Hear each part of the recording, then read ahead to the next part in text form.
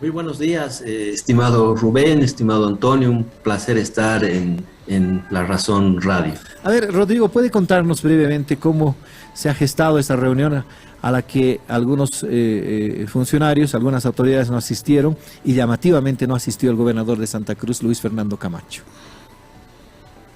Bueno, Rubén, la FAM Bolivia hace aproximadamente un par de semanas atrás envió una nota al presidente del Estado, Luis Arce, pidiendo que se pudiera hacer un proceso de evaluación del el tema del censo. Una evaluación y un informe, además, por parte de las autoridades competentes para poder plantear sugerencias, alternativas, pero fundamentalmente para poder evaluar cuáles son los riesgos que implicaban llevar adelante el censo en el noviembre del 2019. La respuesta del presidente Arce ha sido a través del Consejo Nacional de Autonomías, no solo convocando a los municipios, sino también a todas las entidades territoriales autónomas representadas por gobernaciones, región del Chaco, autonomías indígenas, y en esa reunión o en esa sesión el día de ayer se han planteado estas preocupaciones, estas eh, probabilidades de que sea mal utilizado el censo con fines político-partidarios y que distorsionen su sentido real, que es un proceso absolutamente técnico que tiene que brindar información para la planificación. Rodrigo, buen día. Antonio le habla, un placer. Nos dijo primero que se hizo una evaluación. ¿Qué dice esa evaluación? ¿Es positiva? ¿Es negativa? ¿Cómo estaba avanzando el censo? ¿Cómo lo vieron a través de esa evaluación? Bueno, hemos recibido ya en anteriores oportunidades el informe del ex director o el director que está con baja médica aún del INE, Humberto, estaba en cronograma, en realidad está en cronograma toda la realización del censo. Estaba programado para estos meses, hasta el mes de julio, agosto, el concluir con la cartografía censal. La boleta censal debería haberse presentado a finales de junio, ahí sí había un cierto retraso, pero las actividades de búsqueda y consolidación de financiamiento, las actividades de difusión, de coordinación con el sistema asociativo municipal, bueno, estaban desarrollándose de manera adecuada. Esa es la evaluación que tenemos. Ahora, hemos podido también evidenciar en la interpelación que se hizo al ministro de Planificación que se han mostrado los riesgos que implicaba, ¿no?, este proceso, y entre los fundamentales estaba, como decía antes, que se politice en extremo el tema del censo, que se lo pretenda instrumentalizar a partir de algunos elementos que tienen que ver con la cartografía censal, que tienen que ver con algunas dificultades en límites, que tienen que ver con algunas preguntas de la boleta, o que tienen que ver finalmente con algunas líneas discursivas que se manifiestan desde la oposición, que podrían confundir a la población. Entonces, esto ha sido analizado y, por supuesto, ha sido consensuado en el Consejo Nacional de Autonomías para que exista una reprogramación. O sea, hay más aire, hay más tiempo para el objetivo común, ¿no? O sea, si hay algo que ha hecho la sesión del Consejo Nacional de Autonomías el día de ayer, es establecer el censo como un objetivo común. Estaba establecido el censo a partir del decreto, que imagino que bajo esta recomendación se modificará como una prioridad nacional.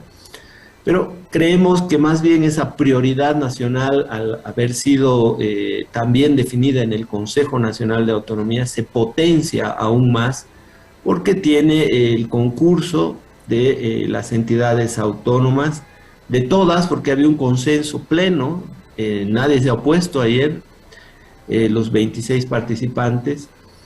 Y yo diría que incluso el participante que faltó a la sesión permitió también el consenso, ¿no? Porque al no participar el gobernador de Santa Cruz en la sesión del Consejo, porque las decisiones son por consenso, si hay alguien que no está de acuerdo no se toma una definición, al no participar de alguna manera también es parte del consenso, ¿no? Porque si no manifestó el disenso en el lugar donde debe manifestarse, entonces de alguna manera es parte de este consenso que va a guiar con mucha más fuerza el proceso del censo.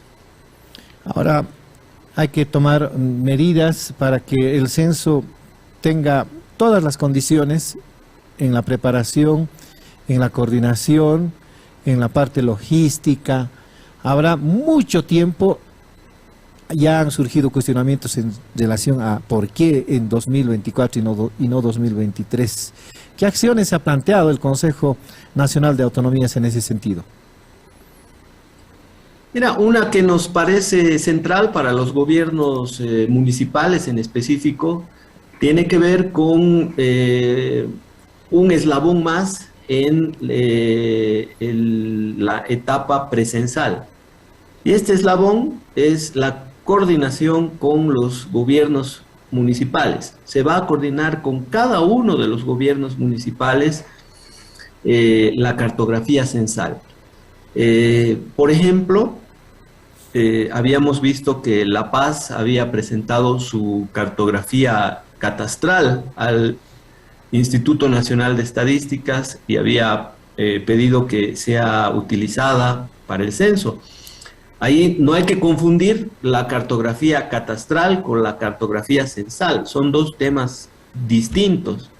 La cartografía catastral es un mapa que indica dónde están los contribuyentes, principalmente en inmuebles de un gobierno municipal, y la cartografía censal es un mapa que indica dónde están las casas, los asentamientos, la población, para la logística de un proceso censal. Entonces, puede servir de insumo la cartografía catastral, pero no es la cartografía censal. En el caso de La Paz, de alguna manera, ahí ha habido una desinformación donde se pretendía establecer la cartografía catastral como si fuera la censal. Bueno, la población no lo conoce a detalle este tema, pero se ha pretendido confundir a la población. Entonces, esto también se ha constituido en un riesgo para el censo. Entonces, a nosotros, los gobiernos municipales, este eslabón más que existe para poder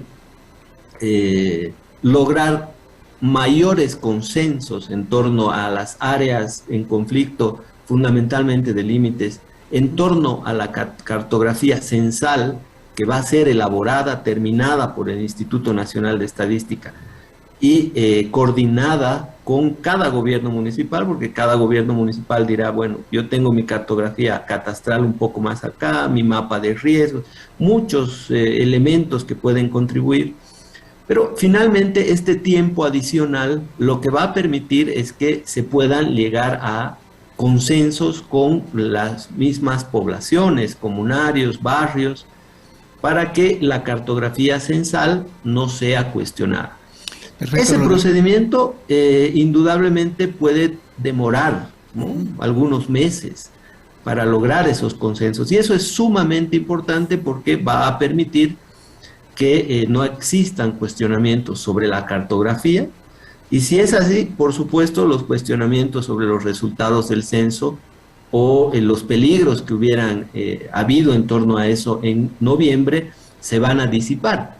Y eso es muy importante para los gobiernos municipales porque necesitamos información que no tenga ningún tipo de duda. Perfecto, Rodrigo. Nos había dicho de que la boleta censal sí tuvo un pequeño retraso, o un retraso en este caso. ¿Qué se dijo sobre la boleta censal? ¿Cuál es la evaluación? ¿Y cómo se va a ir avanzando también en este trabajo? Bueno, el Instituto Nacional de Estadísticas y algunos personeros del gobierno nacional habían manifestado que iba a ser presentada en el mes de junio la boleta censal. En realidad está concluida, ese es el dato que teníamos, un 98%, faltaban algún ajuste por ahí. Pero además de esto, la representación de las autonomías indígenas originario campesinas en el Consejo Nacional de Autonomías ha hecho la sugerencia de que las boletas también puedan estar en idiomas originarios.